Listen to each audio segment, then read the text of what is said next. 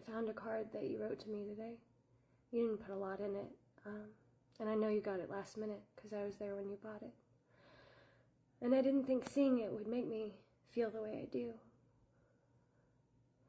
You wrote inside of it, "Sorry I suck sometimes," but that wasn't what I was thinking when you gave it to me. I wasn't thinking you suck. I wasn't thinking that I was angry at you. I wasn't thinking anything. I was in shock because the last bit of hope that I had that we were going to make it went away that day. I was in shock for 2 days.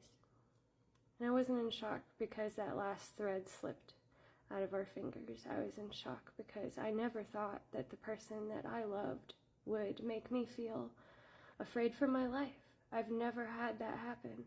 It's a first that only you get to have. And I hope a first that I never have a second to. I don't know if I'll ever feel 100% riding in a car with somebody ever again after the way that you screamed and sped over 100 miles an hour toward the back of a semi, telling me that I'd ruined everything, that the director would never like you now if we canceled this late in the game. And I knew what I had to do. I knew I had to calm you down twice. I had to calm you down both times that you made me think that we were going to die. And I begged to be able to drive your car, and I know that you love your car so much, and I know that you don't trust me when I drive, but I hope someday you understand why I didn't trust you to drive anymore. But that wasn't an option, and you drove us all the way to LA, and on the way there, you apologized for scaring me, kind of, not really. And then after your apology, which I wasn't expecting and I did appreciate, even though I didn't feel like I was inside my body, you looked at me expectantly, and I looked at you and I said, "What?" And you said, "You don't think you have anything to apologize for?" And I said no, and that was the first time that I really stood up to you in a very firm way. I said, "No, I don't have anything to apologize for." And I didn't. You scared me. And even now, just looking at this card, "Sorry I suck sometimes." I don't think you'll ever understand the level of fear that you put into me, or the level of pain that you've caused that has lasted months. That was in October. And I knew then that I had to get away from you, and I knew then that I had to get away from you in a way that was safe, because I didn't trust you not to hurt me anymore. And you told me that was crazy. You told me, when I told you how you made me fear for my life, that you'd never do something that selfish, but you've done a lot of selfish things, and that was the most selfish of them all. And trying to make me feel like my fear wasn't justified is selfish too. Apparently you've been posting and telling people that I'm talking about you and that I'm ruining your reputation, but I'm not. I've been telling people he's a great performer. He's fantastic.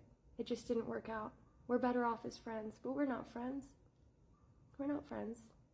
We were never friends. I think this was my first abusive relationship. Whether you meant it to be or not, that's where it ended up. And now I'm trying to put myself back together, and it's so hard. And now I just have this card. "Sorry I suck sometimes." And I have all this regret about how many things I let go before it got to that point. And I'll never forget how I felt in that car, wondering if I was going to have to grab the wheel or if I was going to have to jump out of the door. I almost did twice when we pulled over, both times. When I talked you down after you scared me, I almost jumped out of the fucking car. I had my hand so close to the door. But I didn't want to make you angry. Angrier than you already were. So I didn't jump out of the car. I just begged for you to let me drive. And you told me that was ridiculous. And we drove. We drove all the way to LA. We shot the scene. It's a great scene. When I was getting dressed for it, I picked out the outfit that I had chosen before, the costume that I was so excited to wear for you, the cosplay that I thought you'd enjoy, and I looked at it in that dressing room, and I cried quietly so that you wouldn't hear me while I was getting ready. And I told myself, if I can just get through today. And I did. But at what cost?